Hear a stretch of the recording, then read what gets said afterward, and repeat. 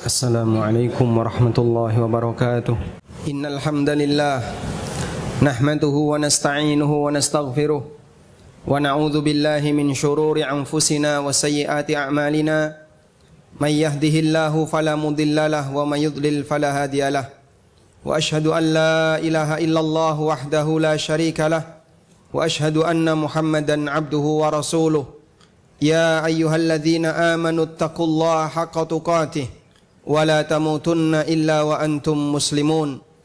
Ya ayyuhan nasu taqu rabbakumul ladzi khalaqakum min nafsin wahidah wa khalaqa minha zawjaha wa batha minhuma rijalan katsiran wa nisaa'a wattaqullaha alladzi tasaaluna bihi wal arham innallaha kana 'alaikum raqiba.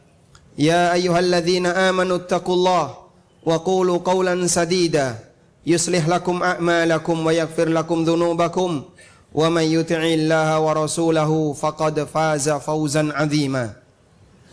Amma ba'du fa inna asdaqal hadithi kitabullah wa khairal huda huda nabiyyina Muhammadin sallallahu alaihi wasallam wa syarral umuri muhdatsatuha fa inna kullah muhdatsatin fid din bid'ah wa kullu bid'atin dhalalah wa kullu dhalalatin finnar. Wa usalli wa usallim ala nabiyyina Muhammadin wa ala alihi wa sahbihi ajma'in. Hadirin jamaah Jumat belakang Allah. Sahabat Rafi' bin Khadij radhiyallahu anhu bercerita, ada orang yang bertanya kepada Nabi sallallahu alaihi wasallam, "Ya Rasulullah, ayyul kasbi atyab?" Ya Rasulullah, sumber pendapatan apakah yang terbaik? Nabi sallallahu alaihi wasallam kemudian menyebutkan dua hal. Beliau mengatakan, "Amalur rajul biyadihi wa kullu bai'in mabrur." Pendapatan yang terbaik adalah upah yang didapatkan oleh seseorang dari hasil kerjanya. Dan yang kedua, keuntungan yang didapatkan dari jual beli yang mabrur. Nabi sallallahu alaihi wasallam menyebutkan dua hal ini sebagai upah yang terbaik, pendapatan yang terbaik, karena kaum muslimin diajarkan untuk menjadi hamba yang mandiri. Dia tidak menjadi beban bagi yang lain.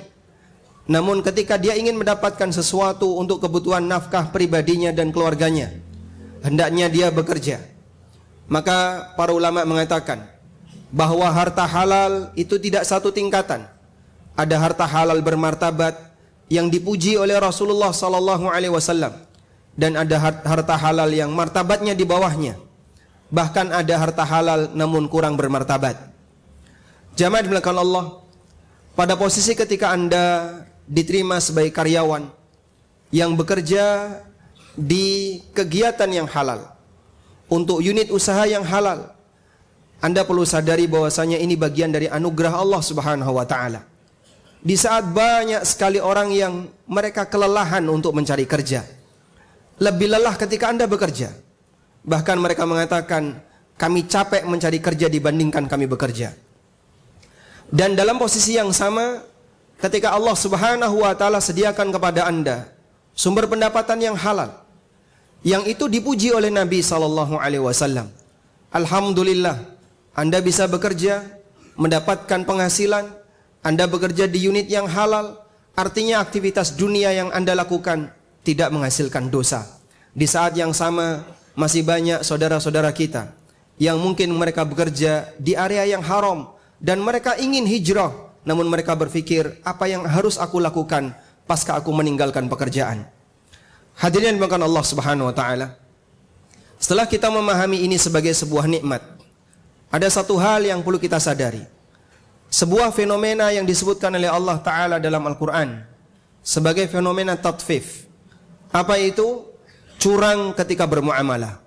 Allah Subhanahu wa taala mengingatkan, wailul lil mutaffifin alladzina idza iktalu 'alan nas yastawfun wa idza kaluhum aw wazanuhum yukhsirun ala yadhunnu ulaika annahum mab'utsun liyaumin 'adzim yauma yaqumun nas lirabbil alamin.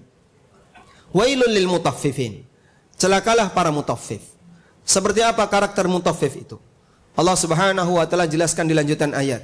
Alladzina idza iktalu 'alan nas yastawfun. Yaitu orang yang kalau membeli dia minta untuk dipenuhi, nggak boleh ada yang kurang. Wa idza kaluhum aw wazanuhum yukhsirun.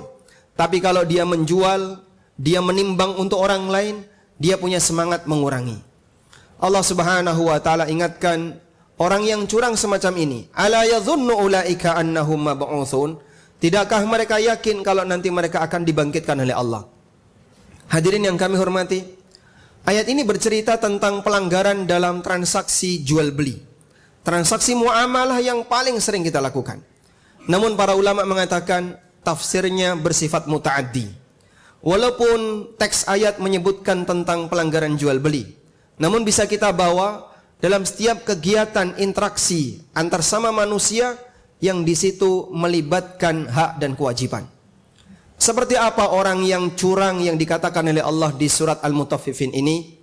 Para ulama mengatakan mereka yang curang adalah mereka yang pintar dalam menuntut hak, tapi dia malas, dia lemah dalam menunaikan kewajiban. Ini bisa berlaku dalam praktek jual beli, bisa juga berlaku ketika posisi Anda sebagai karyawan, bisa berlaku ketika posisi Anda sebagai seorang suami, atau para wanita sebagai istri, dan seterusnya. Karena siapapun yang hidup dalam dirinya, di situ terikat hak dan kewajiban. Karakter orang yang curang yang Allah katakan dalam ayat ini, mereka adalah orang yang ketika dia membeli, minta dipenuhi.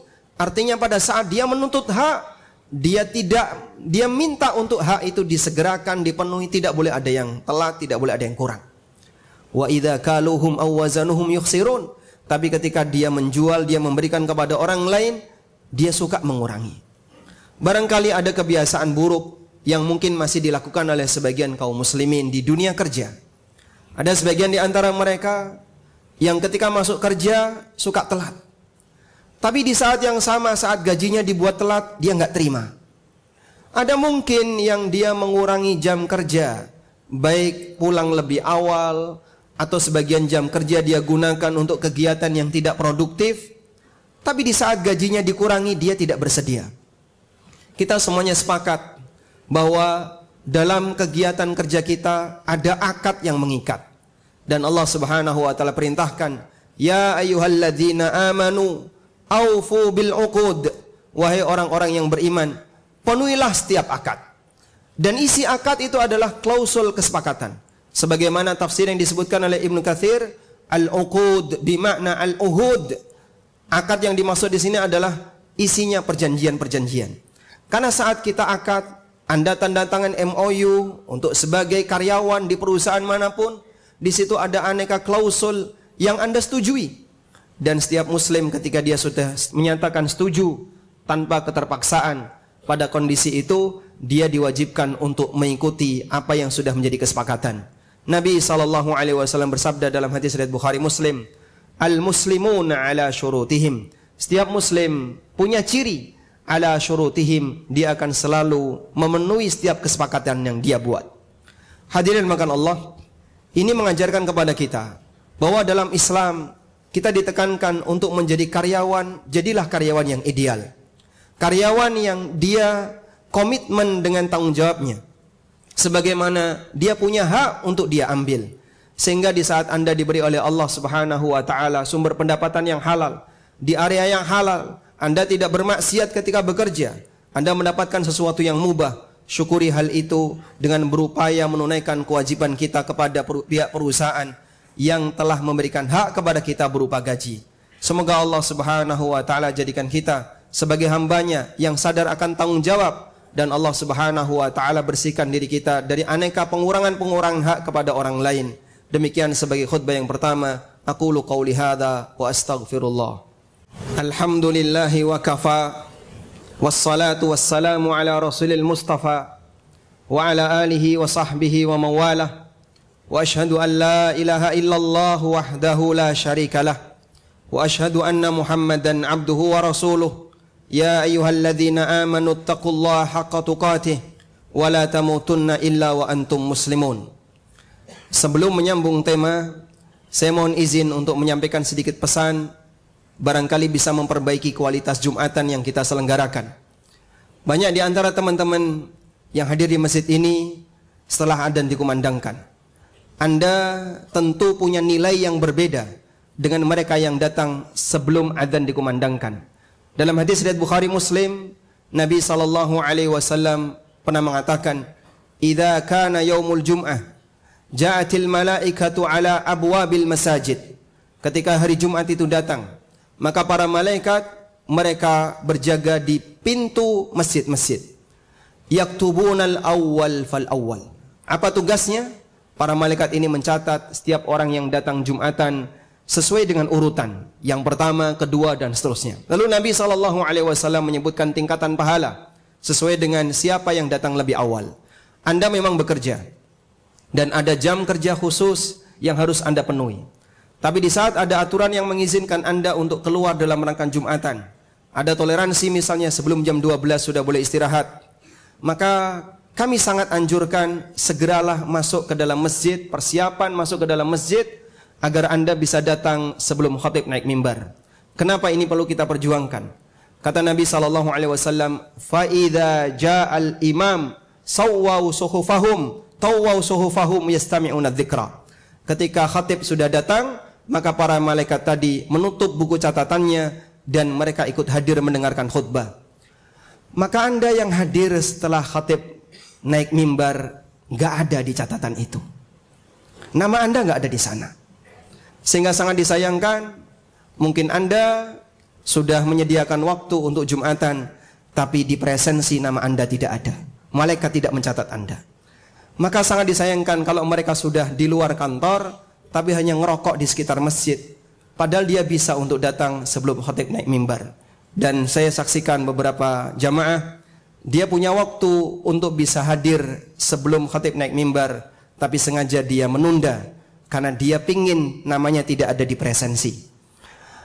Yang kedua, barangkali yang belakang, untuk diperhatikan agar tidak bicara ketika khutbah sedang berlangsung. Nabi SAW ngasih peringatan, "Idza qulta li sahibika ansit wal imamu yakhtub faqad lagauta." Kalau kamu mengatakan kepada sampingmu, diam, hanya satu kata, diam. Orang ini mengingatkan orang lain dengan kalimat, dengan satu kata, tapi di waktu yang salah. Kata Nabi SAW, faqad lagauta, maka kau telah menggugurkan pahala Jumatanmu. Dan ini lebih parah lagi. Oleh karena itu, kita jaga kualitas ibadah yang kita lakukan seperti ini, agar waktu yang kita keluarkan, tenaga yang kita keluarkan untuk hadir di forum seperti ini bisa bernilai lebih maksimal. Selanjutnya, jamaah yang dimuliakan Allah, saya bacakan sebuah hadis berkaitan dengan bahaya orang yang dia korupsi ketika dia bekerja. Baik dia sebagai aparat negara maupun dia sebagai karyawan swasta atau di posisi manapun ketika dia mengambil yang bukan haknya, yang disebut oleh Allah Subhanahu wa taala dalam Al-Qur'an dengan sebutan al-ghulul. Allah Subhanahu wa taala berfirman, "Wa may yaghlul ya'ti bima ghalla yaumal qiyamah." Barang siapa yang gulul, korupsi, dia mengambil hak orang lain yang itu merupakan milik umum, milik perusahaan, ya'ti bima ghalla yaumal qiyamah, maka nanti dia akan pikul hasil gululnya itu kelak di yaumil qiyamah. Dalam hadis dari Abu Hurairah radhiyallahu anhu, Nabi SAW berkhutbah. Kata Abu Hurairah, "Qama fina Rasulullah sallallahu alaihi wasallam dzata yaumin fadzakara al-ghulula fa'azzamahu wa'azzama amrahu." Nabi SAW pernah berkhutbah dan beliau menyinggung tentang masalah gulul. Beliau anggap ini sebagai masalah yang serius. Lalu beliau mengatakan, "La ulfiyanna ahadakum yaji'u yaumal qiyamah ala raqabatihi ba'irun lahu rugha'un yaqulu ya Rasulullah aghithni." Jangan sampai aku ketemu kalian besok di hari kiamat, dia datang dengan memikul onta hasil korupsi. Lalu onta itu mengeluarkan suara. Kemudian orang ini memanggil aku, "Ya Rasulullah aghithni." "Ya Rasulullah, tolonglah aku." Fa'akul, maka aku sampaikan, "La amliku laka syai'an qad ablagtuka." Aku enggak bisa menolongmu. Aku sudah sampaikan peringatan ini kepadamu. Lalu beliau melanjutkan, "La ulfiyanna ahadakum yaji'u yaumal qiyamah." Jangan sampai aku jumpai kalian datang di hari kiamat. Kemudian di pundaknya memikul onta, memikul kambing, memikul sapi, dan aneka binatang yang dikorupsi oleh orang. Nabi SAW menyebutkan aneka binatang. Sampai kemudian beliau mengatakan, wa ala raqabatihi riqaun, wa ala raqabatihi samitun. Dia membawa uang hasil korupsi. Fayaqulu ya Rasulullah, lalu dia memanggil-manggil, ya Rasulullah, aghithni, ya Rasulullah, tolonglah aku. Dikatakan oleh Nabi sallallahu alaihi wasallam, la ughni anka minallahi syai'a, qad ablagtuka. Aku tidak bisa menolongmu, aku sudah sampaikan pesan ini kepadamu. Jamaah, kita mungkin punya harapan besar ketika di yaumil qiyamah diberi syafaat oleh Nabi sallallahu alaihi wasallam. Dan itu sering kita dengar. Namun ternyata ada beberapa di antara mereka yang syafaatnya ditolak oleh Rasulullah sallallahu alaihi wasallam. Sehingga waspadalah untuk sebuah kecurangan semacam ini. Karena bisa jadi kita merasa aman ketika di dunia. Tidak ada satupun yang berhasil untuk menangkap diri kita, atau tidak tahu, tidak ada satupun orang yang tahu. Kita tidak ketahuan mengambil hak orang lain sampai akhirnya kita mati. Tapi ingat, hidup tidak sekali, akan ada kehidupan yang kedua, di mana Allah Subhanahu wa taala mengatakan yauma tublas sarair, semua rahasia akan dibongkar oleh Allah Subhanahu wa taala. Di saat itulah orang-orang yang pernah menyembunyikan sesuatu yang memalukan akan dipermalukan oleh Allah Subhanahu wa taala di hadapan umum, dan dia tidak mendapatkan syafaat dari Rasulullah sallallahu alaihi wasallam. Allahumma salli ala Muhammad wa ala ali Muhammad kama sallaita ala Ibrahim wa ala ali Ibrahim innaka Hamidum Majid. Allahumma ighfir lil mu'minina wal mu'minat wal muslimina wal muslimat al ahya'i minhum wal amwat innaka sami'un qaribun mujibu da'awat ya qadiyal hajat. Rabbana ighfir lana wal ikhwanina alladhina sabaquna bil iman wa la taj'al fi qulubina ghillan lil ladzina amanu rabbana innaka raufur rahim. Allahumma kfina bihalalika an haramik waghnina bifadlika amman siwa. Rabbana atina fid dunya hasanah wa fil akhirati hasanah wa qina adzabannar. Wa sallallahu ala nabiyyina Muhammadin wa ala alihi wa sahbihi wa sallam. Wa akhiru da'wana anil hamdulillahi rabbil alamin wa qumu ila salatikum.